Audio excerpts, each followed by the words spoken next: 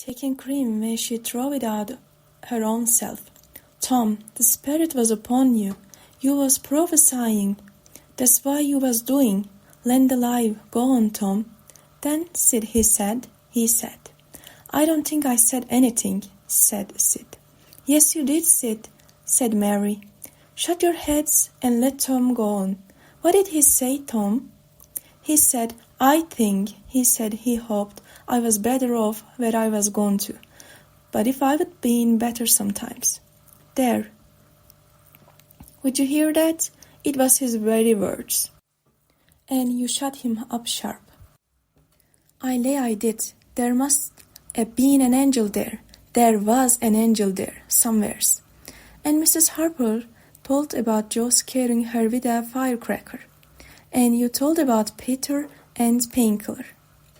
Just as true as alive. And then there was a whole lot of talk about drugging the driver for us and about having the funeral Sunday.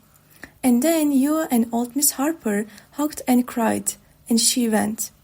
It happened just so, as sure as I am sitting in these very tracks. Tom, you couldn't told. It more like if you had seen it. And then what? Go on, Tom. Then I thought you prayed for me, and I could see you and hear every word you said. And you went to bed. And I was so sorry that I took and wrote on a piece of sycamore bark, We ain't dead, we are only off being pirates, and put it on the table by the candle. And then you looked so good, laying there asleep, that I thought I went and leaned over and kissed you on the lips. Did you, Tom? Did you? I just forgive you everything for that. And she seized the boy in a crushing embrace that made him feel like the guiltiest of villains. It was very kind, even though it was only a dream. Sid soliloquized just audibly. Shut up, Sid. A body does just the same in a dream as he would do if he was awake. Here's a big meal apple I've been saving for you, Tom. If you was ever found again, now go along to school. I'm thankful to the good God and Father of us. All I've got you back, that's long-suffering and merciful to them, that I believe on him and keep his word. Though, goodness knows, I'm unworthy of it. But if only the worthy ones got his blessing and had his hand to help them over the rough places, there's a few enough will smile here or ever enter into his rest when the long night comes. Go along, Sid, Mary, Tom, take yourselves off. You have hindered me long enough. The children left for school, and the old lady to call on Mrs. Harper and vanquish her realism with Tom's marvelous dream. Sid had better judgment than to utter the thought that was in his mind as he left the house. It was this, pretty thin, as long a dream as that, without any mistakes in it. What a hero Tom was become now. He did not go skipping and prancing, but moved with a dignified swagger as became a pride who left that the public eye was on him. And indeed it was. He tried not to seem to see the looks or hear the remarks as he passed along, but they were food and drink to him. Smaller boys than himself flocked at his heels, as proud to be seen with him, and tolerated by him, as if he had been the drummer at the head of procession, or the elephant leading a menagerie into town. Boys of his own size pretended not to know he had been away at all, but they were consuming with envy nevertheless. They would have given anything to have that swarthy, sun-tanned skin of his, and his glittering notoriety. And Tom would not have parted with either for a circus. At school the children made so much of him and of Joe, and delivered such eloquent admiration from their eyes, that the two heroes were not long in becoming insufferably stuck up. They began to tell their adventures to hungry listeners, but they only began. It was not a thing likely to have an end. With imaginations like theirs to furnish material, and finally, when they got out their pipes and went serenely puffing around, the very summit of glory was reached. Tom decided that he could be independent of Becky Thatcher now. Glory was sufficient. He would live for glory, now that he was distinguished. Maybe she would be wanting to make up. Well, let her. She should see that he could be as different as some other people. Presently she arrived. Tom pretended not to see her. He moved away and joined a group of boys and girls, and began to talk. Soon he observed that she was tripping gaily back and forth with flushed face and dancing eyes, pretending to be busy chasing schoolmates, and screaming with laughter when she made a capture, but he noticed that she always made up captures in his vicinity, and that she seemed to cast a conscious eye in his direction at such times too.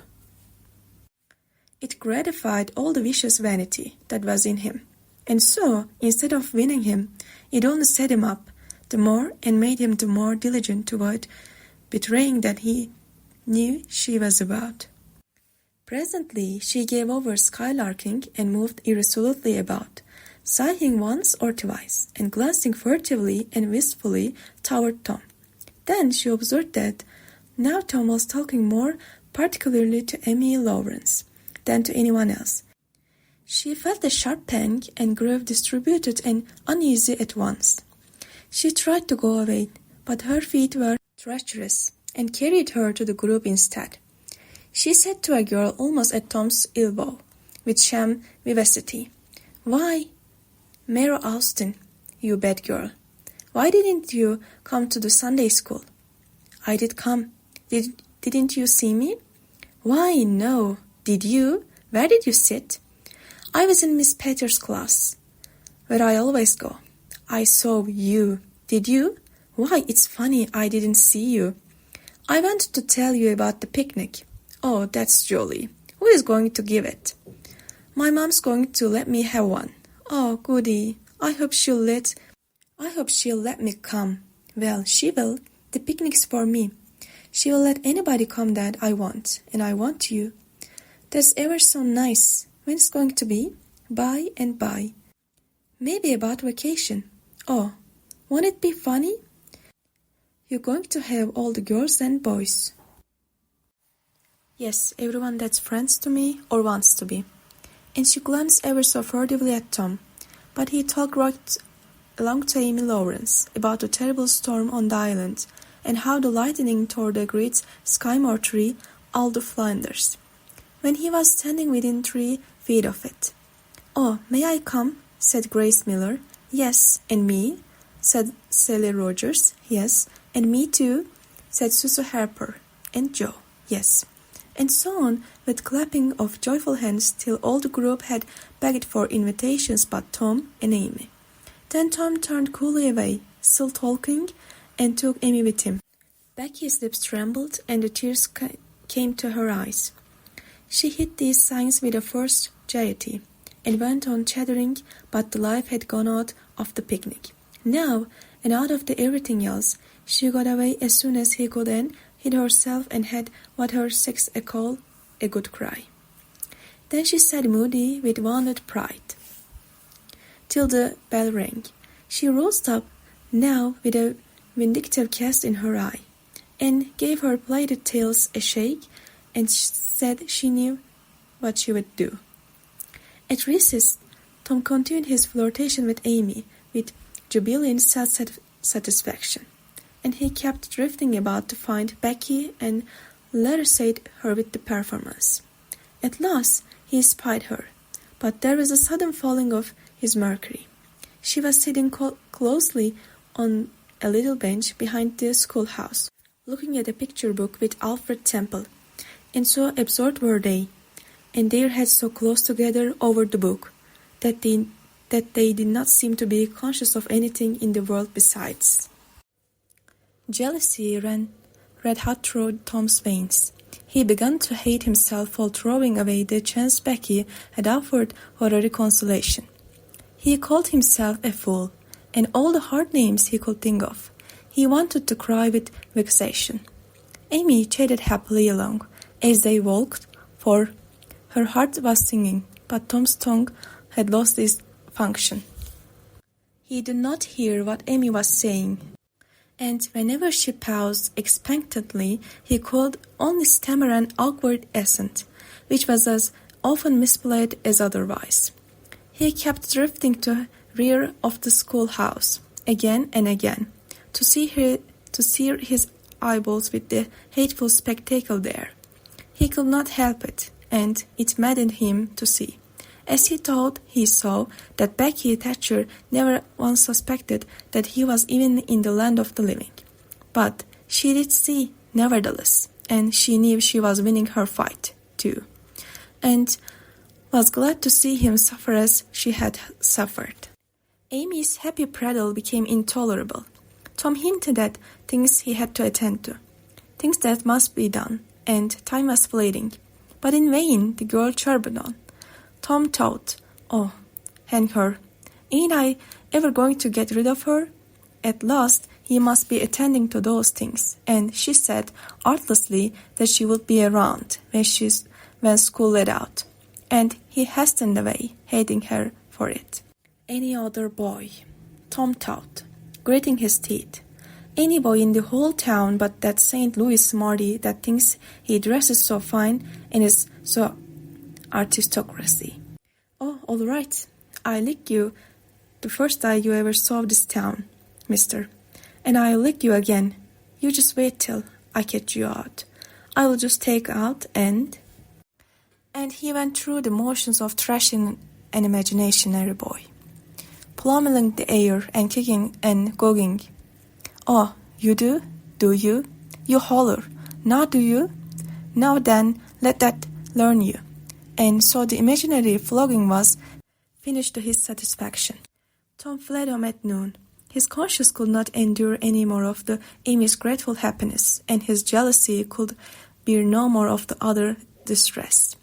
Becky resumed her picture inspection with Alfred, but as the minutes dragged along and no Tom came to suffer, her triumph began to cool, and she lost interest. Gravity and absent-mindedness followed. And then melancholy. 2 or 3 times she pricked up her ear at the footstep, but it was a false hope. No Tom came. At last she grew entirely miserable and wished she hadn't carried it so far. When poor Alfred, seeing that he was losing her, he did not know how, kept exclaiming, "Oh, here is a jolly one. Look at this." She lost patience at last and said, "Oh, don't bother me. I don't care for them," and burst into tears and got up and walked away. Alfred dropped alongside and was going to try comfort her, but she said, "Go away and leave me alone. Can't you? I hate you." So the boy halted, wondering what he could have done, for she had said she would look at the pictures all through the morning. And she walked on, crying. Then Alfred went musing into the desert schoolhouse. He was humiliated and angry. He easily guessed his way to the truth. The girl had simply made a convenience of him to vent her spite upon Tom Sawyer. He was far from hating Tom, the less when this thought occurred to him. He wished there was some way to get that boy into trouble without much risk to himself. Tom's spelling book fell under his eye. Here was his opportunity. He gratefully opened the lesson for the afternoon and peered in upon the page. Becky, glancing in at a window behind him at the moment, saw the act and moved on without discovering herself. She started homeward now, intending to find Tom and tell him. Tom would be thankful and their trouble would be healed. Before she halfway home, however, she changed her mind. She thought of Tom's treatment of her when she was talking about her picnic came scorching back and filled her with shame. She resolved to let him get whipped on the damaged spelling book's account and to hate him forever, into the bargain. Chapter 19. Tom arrived at home in dreary mood, and the first thing his aunt said to him showed him that he had brought his sorrows to an unpromising market. "Tom, I've a notion to skin you alive." "Auntie, what have you done?" "Well, you have done enough. Here I go over to Serene Harper, like an old softy, expecting I'm going to make her believe all the rubbish about that dream. When lo and behold you, she would find out from Joe that you was over here and heard all the talk we had that night. Tom, I don't know what is to become of a boy that will act like that.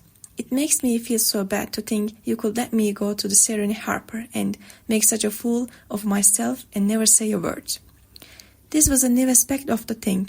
His smartness of the morning had seemed to Tom a good joke before, and very ingenious. It merely looked mean and shabby now. He hung his head and could not think of anything to say for a moment. Then he said, "Auntie, I wish I hadn't done it, but I didn't think." "Oh, child, you never think. You never think of anything but your own selfishness. You could think to come all the way over here from Jackson's Island in the night to laugh at our troubles, and you could think to fool me with a lie about a dream, but you couldn't ever think to pity us and save us from the sorrow." "Auntie, I know now it was mean, but I didn't mean to be mean. I didn't honest, and besides, I didn't come over here to laugh at you that night." "What did you come for then?" "It was to tell you not to be uneasy about us, because we hadn't got drowned." Tom, I would be the thankfulest soul in this world if I could believe you had ever as good as a thought as that, but you know you never did, and I know it, Tom." Indeed, I did, Auntie. I wish I may never see her if I didn't." "Oh, Tom, don't lie. Don't do it. It only makes the things 100 times worse." "It ain't a lie, Auntie. It's the truth. I wanted to keep you from grieving. That was all that made me come. I would give the whole world to believe that. It would cover up a power of sins, Tom. I would be muscular. You would run off and acted so bad. But it ain't reasonable, because why didn't you tell me, child?" "Why, you see, when you got to talking about the funeral, I just got full of the idea of coming and hiding the church, and I couldn't somehow bear to spoil it. So I just put the bark back in my pocket and kept mum." "What bark?" "The bark I had wrote on to tell you had gone praying. I wish now you would wake up and when I kissed you. I do, honest." The hard lines in his aunt's face relaxed and a sudden tenderness dawned in her eyes. "Did you kiss me, Tom?" "Why, yes, I did." "Are you sure you did, Tom?" "Why, yes, I did, Auntie, certain sure." "Why did you kiss me for, Tom?" "Because I love you so, and you lay there moaning, and I was so sorry." The words sounded like truth. The old lady could not hide a tremor in her voice when she said, "Kiss me again, Tom, and be off with you to school now, and don't bother me any more." The moment he was gone, she ran to a closet and got out the rein of a jacket which Tom had gone brightening. She stopped within her hand and said to herself, "No, I don't dare. Poor boy, I reckon he's lied about it. But it's a blessed lie. There's such a comfort come from it. I hope I know the Lord will forgive him, because it was such good-heartedness in him to tell it. But I don't want to find out it's a lie. I won't look." She put the jacket away and stood by musing a minute. Twice she put out her hand to take the garment again, and twice she refrained. Once more she ventured, and this time she fortified herself with the thought, "It's a good lie, it's a good lie. I won't let it grieve me." So she sewed the jacket pocket. A moment later she was reading Tom's piece of bark through flowing tears and saying, "I could forgive the boy now, if he would committed a million sins." Chapter 20. There was something about Aunt Pelly's manner when she kissed Tom that swept away his low spirits and made him light-hearted and happy again. He started to school and had the luck of coming upon Becky Thatcher at the head of Meadow Lane. His mood always determined his manner. Without a moment's hesitation, he ran to her and said, "I acted mighty mean today, Becky. I'm sorry. I won't ever do that way again. As long as I ever live, please make up, won't you?" The girl stopped and looked him scornfully in the face. "I will thank you to keep yourself to yourself, Mr. Thomas Sawyer. I will never speak to you again." She tossed her and passed on. Tom was so stunned that he had not even presence of mind enough to say, "Who cares, Miss Smarty?" until the right time to say it had gone by. So he said nothing, but he was in fine rage, nevertheless. He moped into the schoolyard wishing she were a boy, and imagining he would trounce her if she were.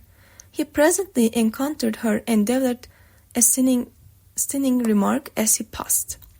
She hurled one in return, and the angry birch was complete. It seemed to Becky, in her lot resentment, that she could hardly wait for school to take in. She was so impatient to see Tom flog her the injured spelling book. If she had had any lingering notion of exposing Alfred Temple, Tom's offensive fling had driven it entirely away. Poor girl! She did not know how fast she was nearing trouble herself. The master, Mr. Dobbins, had reached middle age with an unsatisfied ambition. The darling of his desires was to be a doctor, but poverty had decreed that he should be nothing higher than a village schoolmaster. Every day he took a mysterious book out of his desk and absorbed himself in it at times when no classes were receding. He kept that book under lock and key. There was not an urchin in school but was pressuring to have a glimpse of it, but the chance never came. Every boy and girl had a theory about the nature of that book, but no two theories were alike, and there was no way of getting at the facts in the case. Now, as Becky was passing by the desk, which stood near the door, she noticed that the key was in the lock.